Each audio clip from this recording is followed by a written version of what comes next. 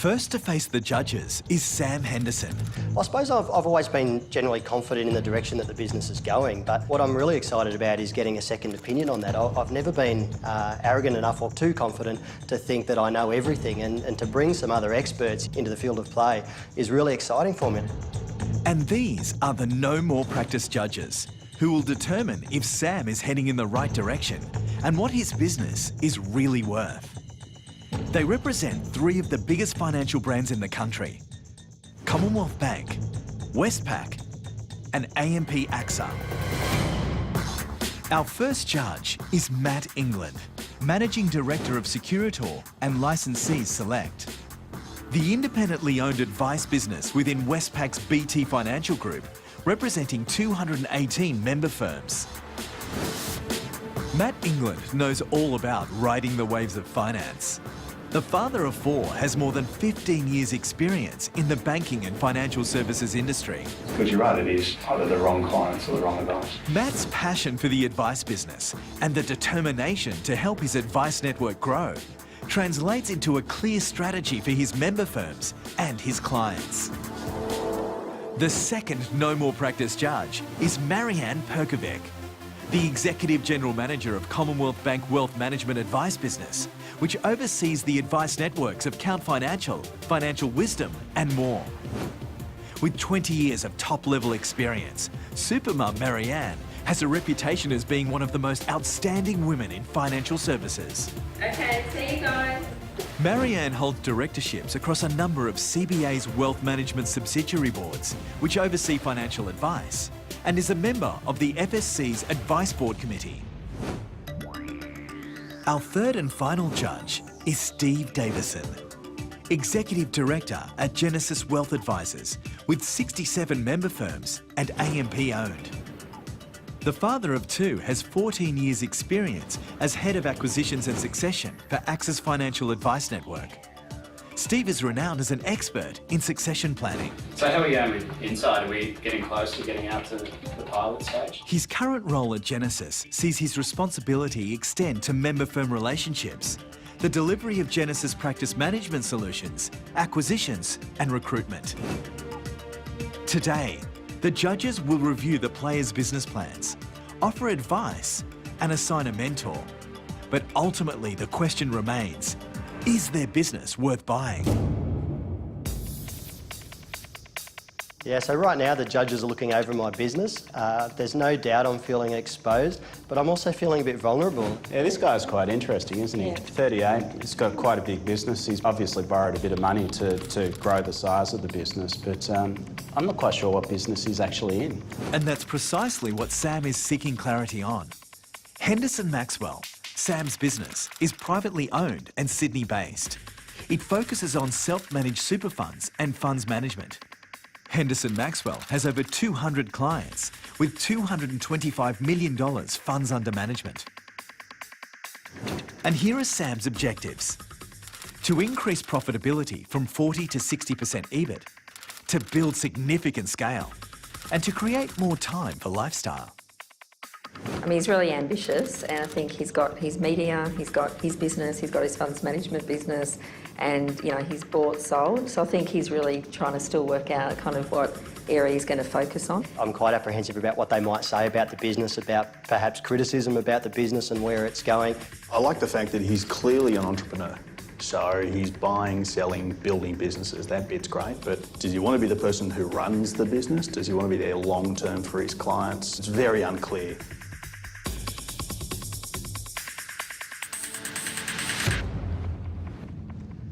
Morning team, thanks for having me today. Good morning, Sam. Welcome.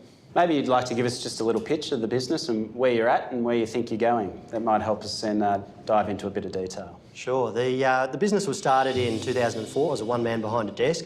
Now we're closer to 15 people. It's growing fairly rapidly over that time. We have recently sold a Melbourne business, and the sale process behind that was really around lifestyle. I didn't want to be travelling down to Melbourne anymore, and also part of a consolidation process, I suppose, to repay some debt and to start growing organically rather than borrowing money to buy other businesses. We're very much focused on the self-managed super fund industry. Most of our clients have a self-managed super fund. We actively manage the clients' portfolios and we provide the strategic advice. So we're strategic advice, tactical portfolio management, and that's pretty much what we do. Generally for high net worth clients, our average client balance is around about $800,000-900,000. One thing that really stands out is your profitability or your EB target of 60%. So I think very ambitious. I appreciate that you're at the high net wealth and that you are trying to differentiate yourself in that strategic advice. But given the financial planning industry is going through a lot of reform, clients are more fee sensitive. Do you think that that's sustainable going forward to then ultimately achieve this 60% EB? You know, as a benchmark, 60% sort of sits right up there, and I understand that's very high.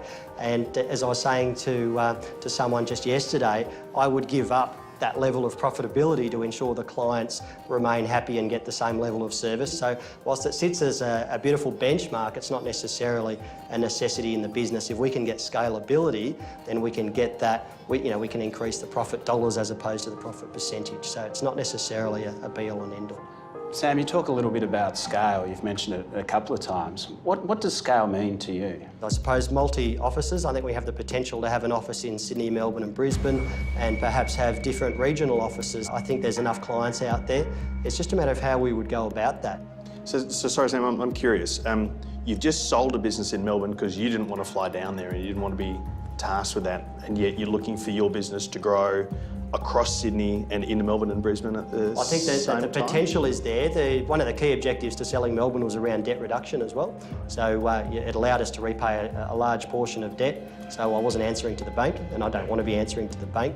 But by the same token, when you believe in what you do and you're passionate in what you do, you want to be able to help more people out with good advice. You sort of fit in a funds management bucket, you sort of fit in a managed funds bucket, you sort of fit in an advice bucket. Do you want to be all three things? Can you do all three things really well? Then overlaying that, you've actually got a competency that others don't have in the lead generation sort of space around your media profile, albeit that might actually drive a different type of client than the one you've traditionally got in the business today. Yeah, absolutely. I think that scalability can be obtained in many different ways, but I think the vertical integration that we've got is something I truly believe in. I love the fact that we're transparent. I love the fact that we're not aligned to any of the major banks or any of the larger dealer groups, and that's something that I really want to be able to sell to other financial advisors, because there are a lot of people out there looking for that style of dealer group. But do I want to be a dealer group? Maybe not. Maybe I'd rather be a company-owned business that has control and has a lot more control than, say, a franchise. I think franchises don't have as much control as, say, a company-owned business. One of the other objectives that you have is a better lifestyle balance. I think, as I understand, you do work, well, you have a few days off a week nowadays anyway. I do all right, I can't complain. Do you want to maintain that level, or are you looking at increasing that? Well, I'd be happy to step back into the business, a lot more if I need to. I sort of work 3 or 4 days a week, but I do a lot of preparation for the media on Friday afternoons for the show. So I do put in the hours, but I put in the hours in a different way as well. So 5 years from now, what's success?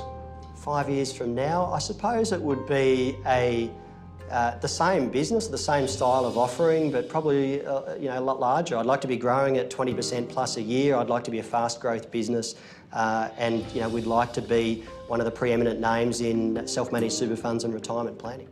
Sam, you spoke about, I think franchising came up a little bit, whether you should be in a licensee. You've mentioned scale and getting bigger in your own business.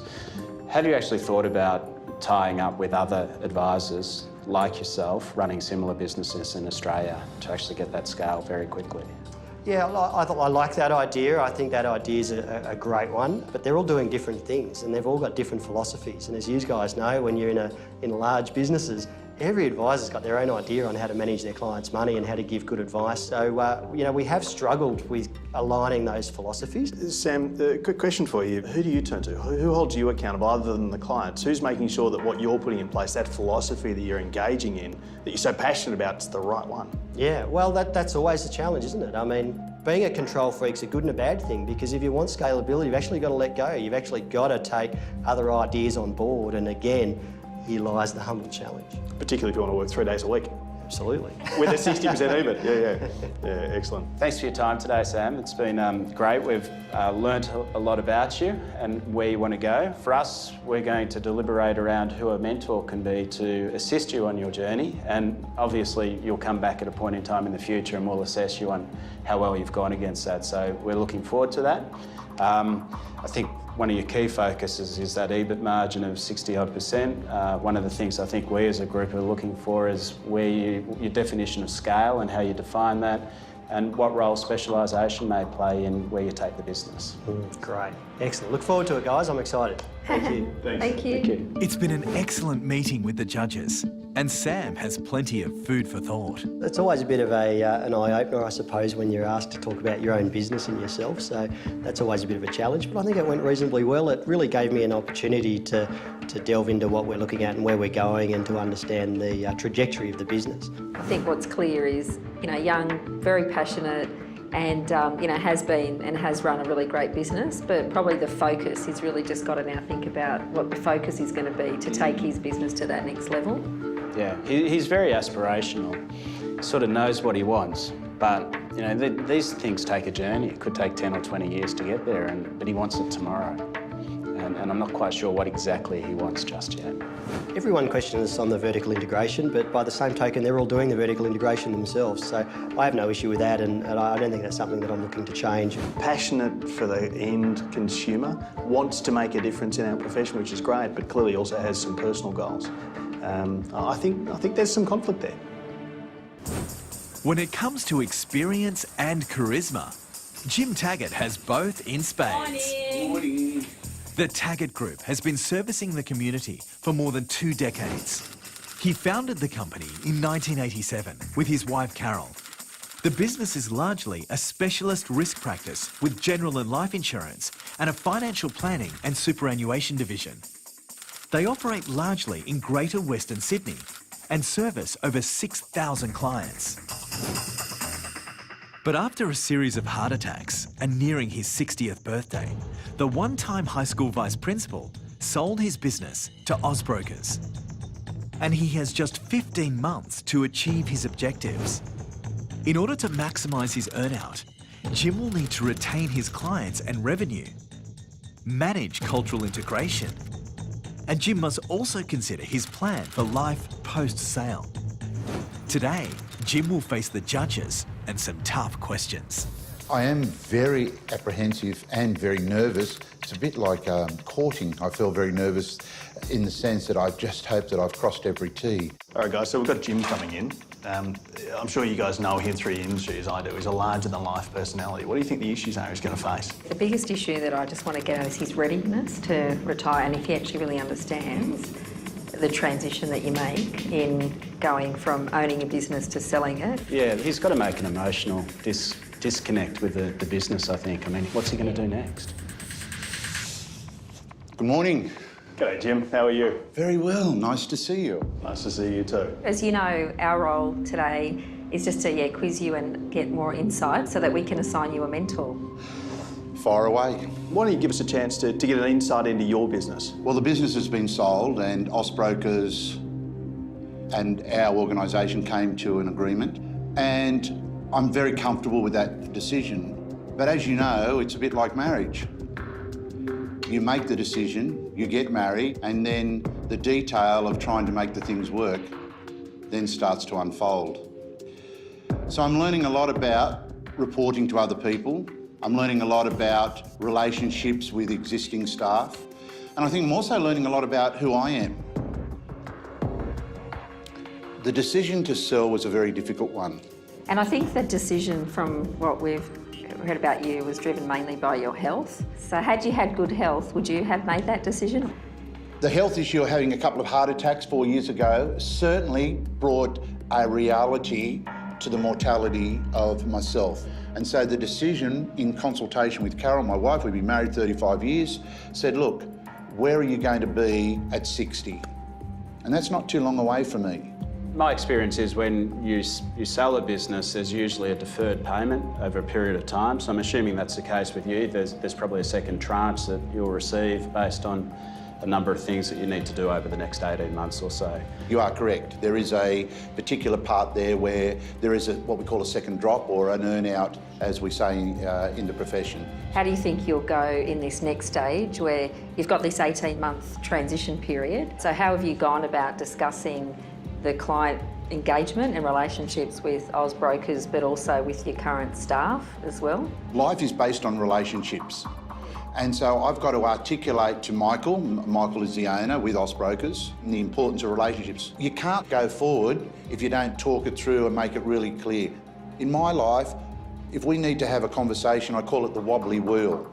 And our staff know that. If something's a thorn in your foot, I say we need a wobbly wheel conversation. When you shared it with your staff, how did they feel? Did you have those wobbly wheel conversations? Because I'm guessing, you know, they've bought you, they've bought your journey, they've bought your passion for your clients. How are they feeling? I would like to think, you never really know how people think. People will tell you things and so on. But my own gut feeling is that I think they've been pretty satisfied with the outcome. Your staff are critical to leave a legacy of that Taggart brand beyond you working there. But I think I'm still not clear on what exactly you've done to, one, engage the clients, but also engage your staff in this process. What I'm saying to you is, if you see my diary and see how I operate, you'll understand that I'm a people's person who talks to people face to face every day. Yeah, that's about you, and that's absolutely critical to relationship. How do you instill that to the 30-odd people that are going to be taking the Taggart name going forward? For those, again, who know me from a staff point of view, know that I sit with them, I talk to them about the clients, I make sure that what's in my heart and what I want done is then translated through the client engagement. Yeah, you've built that relationship, but you've got to transfer that trust to your staff, because in 18 months' time, you'll still be there to take the phone calls, but I'm not sure if that's the right thing for the business and for the client. What are you looking for out of this period of 18 months, and what are you looking for out of us? What are you looking to achieve over the course of the next 18 months as you look to maximise that earn-out? Yeah, we're going to be really, really deliberate in judging you on your earn-out. Certainly commercially, there's an earn-out that's on the table, a rise and fall. And as a business person, that's critical to me. But let's assume I walk away from the business in 18 months' time. This is what I want. The situation in which I've placed those clients, in their minds, is going to be one in which they know that they've also made the right decision to stay with us. That's critical. Secondly, the staff are also happy. So Jim, you're a pretty big personality. You could drive revenue pretty hard through a business for the course of 18 months and then, you know, in essence, it could fall off the cliff because you step away from that business. What's to prevent that? The first part, yes, I can drive revenue. I believe I can do that.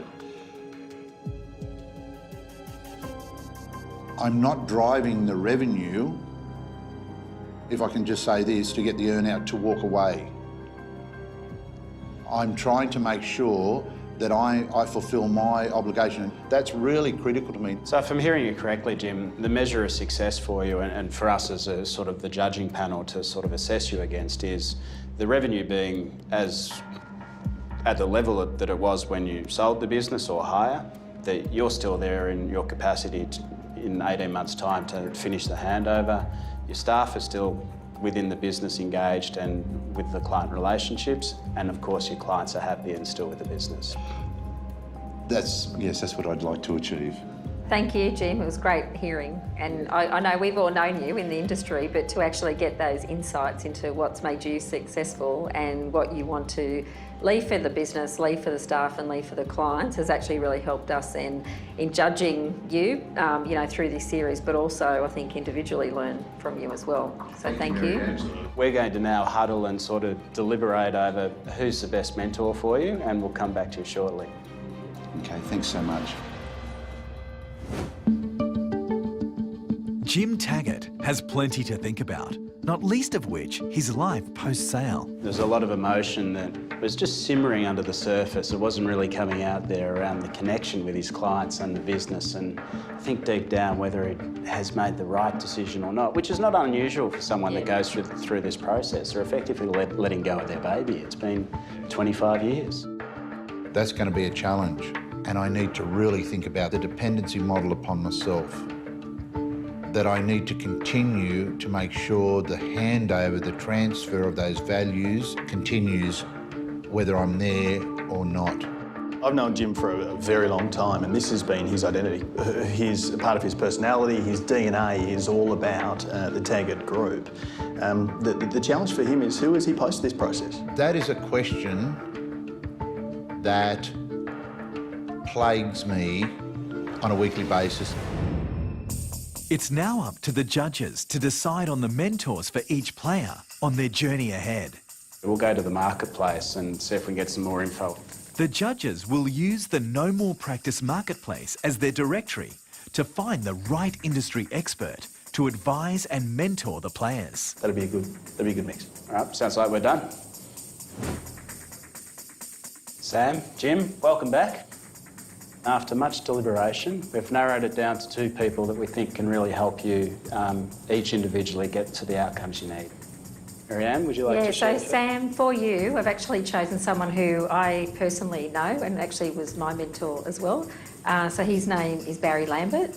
Barry's the chairman of Count Plus, but also was the founder of a very successful financial planning business that was a franchise and actually became listed, and more recently was bought by the Commonwealth Bank. I obviously know Barry. He's very well known in the industry. He's been instrumental in the growth of Count, obviously in the sales, so he's actually been through that whole progression. So I'm absolutely pumped. That's awesome news. Fantastic, thank you. And Jim, for you, we considered all of the people we knew in the profession, and one person sprang to mind, and that was Robbie Bennett. So Robbie was a founder of the PIS business, drove an extraordinarily successful organisation to be one of the largest financial services businesses in the country, and then moved on.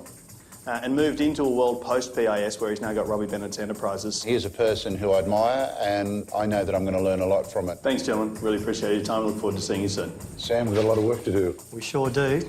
Best wishes with you. Good on you, Jim. Best of luck. Thanks, Sam. Next time on No More Practice, meet the big guns as our players are mentored by the best. You've got the situation with an earn-out. The last thing you want is a whole heap of those staff suddenly leaving.